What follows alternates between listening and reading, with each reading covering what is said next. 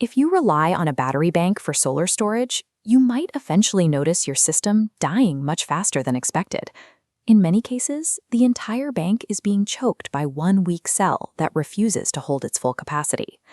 As batteries discharge, they naturally form lead sulfate on their internal plates. If left undercharged over time, these soft crystals harden into a permanent barrier, a condition known as sulfation. This physically blocks energy flow and forces individual cells out of balance with the rest of the bank. To reverse this buildup and force all the cells back into perfect balance, we use a controlled, deliberate overcharge called an equalization charge. Before you begin, you need to meet 4 strict requirements.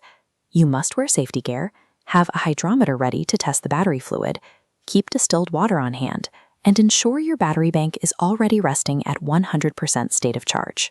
State of charge simply refers to the current energy level of your battery compared to its maximum capacity. This process is highly specific. You should generally only perform an equalization charge on flooded lead-acid batteries. Attempting this on sealed AGM or gel batteries will irreversibly destroy them unless your manufacturer explicitly provides instructions to do so. By properly identifying your battery type and preparing your tools, you can safely dissolve those sulfate crystals and restore your system's full storage capacity without risking permanent damage.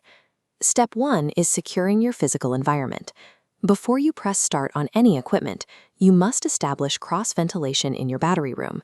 Open doors and windows, or turn on exhaust fans. During an equalization charge, the high voltage splits the water inside the battery, releasing highly flammable hydrogen gas. If your space is sealed, this gas will pool at the ceiling and create a severe explosion risk.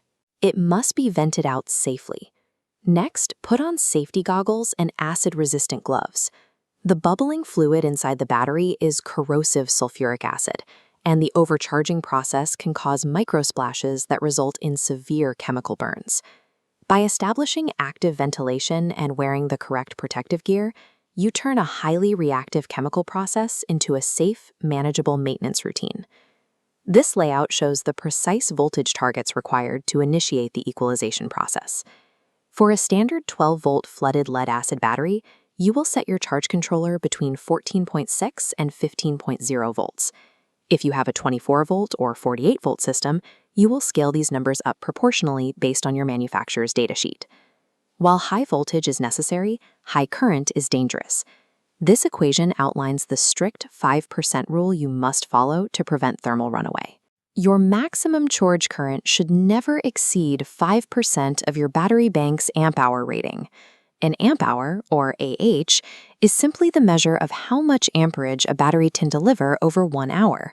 For example, if you have a 200 amp-hour battery bank, you multiply 200 by 0.05. This gives you a strict maximum current limit of 10 amps. In an electrical circuit, voltage pushes current. If you allow the high equalization voltage to push too much current through the cells, the internal plates will quickly overheat, warp, and permanently short out the battery. Setting the correct high voltage while enforcing the strict 5% current limit is the exact line between safely desulfating your battery and destroying it through excess heat. With your math verified, manually input your new voltage and current limits into your solar charge controller to begin the equalization charge. You cannot walk away during this process. Set a timer to check the physical temperature of the battery cases every 30 minutes. If they feel hot to the touch, stop the charge immediately to let them cool. During these 30-minute intervals, you will also test the fluid in each cell using a hydrometer. A hydrometer is a simple syringe tool that measures the specific gravity or density of the battery's electrolyte fluid. As you draw the fluid out to test it, you will notice visible bubbling inside the cell. This is expected. This graphic illustrates exactly what you are looking for. On the left, the unbalanced specific gravity readings tell us the sulfation is still present. You continue the charge until you see the result on the right. Identical, uniform specific gravity readings across every single cell. Reaching this uniform state typically takes between 2 and 4 hours. Committing to active, scheduled monitoring keeps your temperatures safe and gives you the hard data required to know precisely when the chemical restoration is complete. The moment your hydrometer shows uniform specific gravity across all cells, manually stop the equalization charge. Return your solar charge controller to its normal float voltage, which is the standard lower voltage used to maintain a full battery. Because the equalization process consumes water, your final step is to check the fluid levels in every cell. If any plates are exposed, top them off carefully using only distilled water. You must wait until the end of the process to add this water.